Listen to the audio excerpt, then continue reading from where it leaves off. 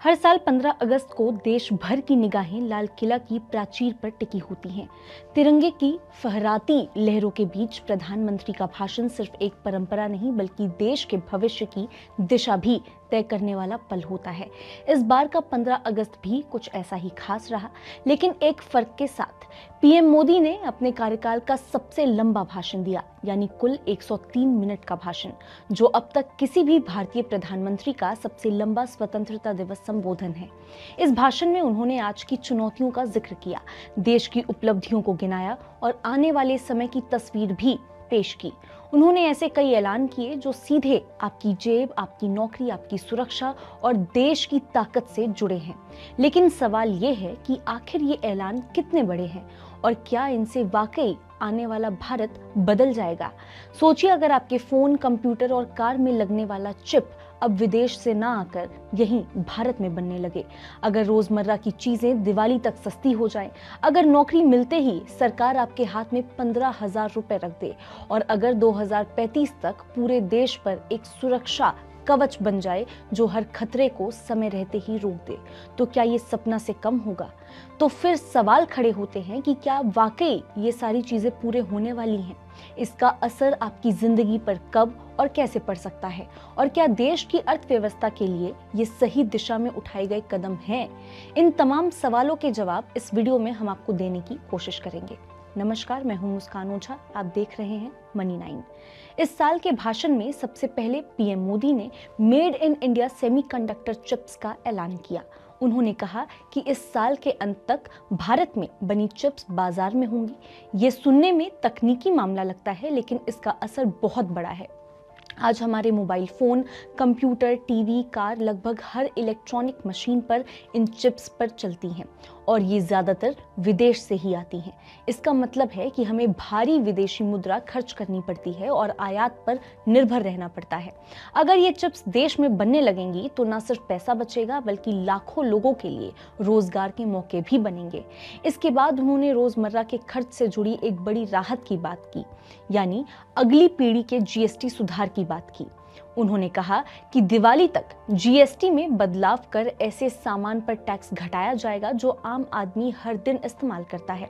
इसका सीधा मतलब है कपड़े, बर्तन, खाने पीने का सामान और जरूरी घरेलू चीजें सस्ती हो सकती हैं। छोटे और मझोले कारोबारियों पर भी टैक्स का जो बोझ है वो कम होगा, जिससे बाजार में रौनक और भी ज्यादा पहले से बेहतर होगी।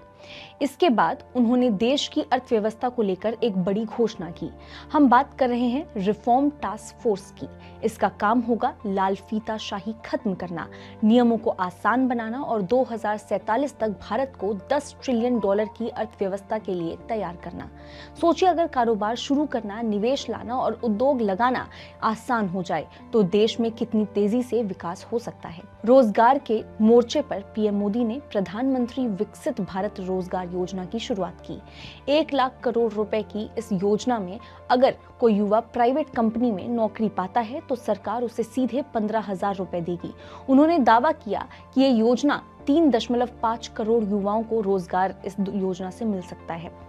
ये योजना न केवल नौकरी ढूंढने वालों के लिए फायदेमंद है, बल्कि कंपनी को भी नए लोगों को भर्ती करने के लिए ये योजना प्रेरित करेगी। इसके साथ साथ राष्ट्रीय सुरक्षा की दिशा में प्रधानमंत्री ने हाई पावर डेमोग्राफिक मिशन का ऐलान किया है। ये मिशन सीमावर्ती इलाकों में अवैध घुसपैठ और जनसंख्या संतुलन से निपटने के लिए होगा। ये एक संवेदनशील मुद्दा है जो देश की एकता और अखंडता से जुड़ा हुआ है। रक्षा क्षेत्र में एक और अहम घोषणा हुई है, सुदर्शन चक्र मिशन। भगवान श्री कृष्ण से प्रेरित इस मिशन का लक्ष्य 2035 तक पूरे देश में एक आधुनिक सुरक्षा कवच तैयार करना है।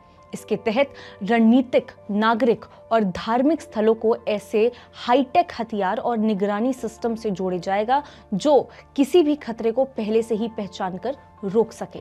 और आखिर में ऊर्जा के मोर्चे पर पीएम मोदी ने कहा कि भारत 10 नए परमाणु रिएक्टर बना रहा है और 2047 तक परमाणु ऊर्जा की क्षमता 10 गुना बढ़ाएगा।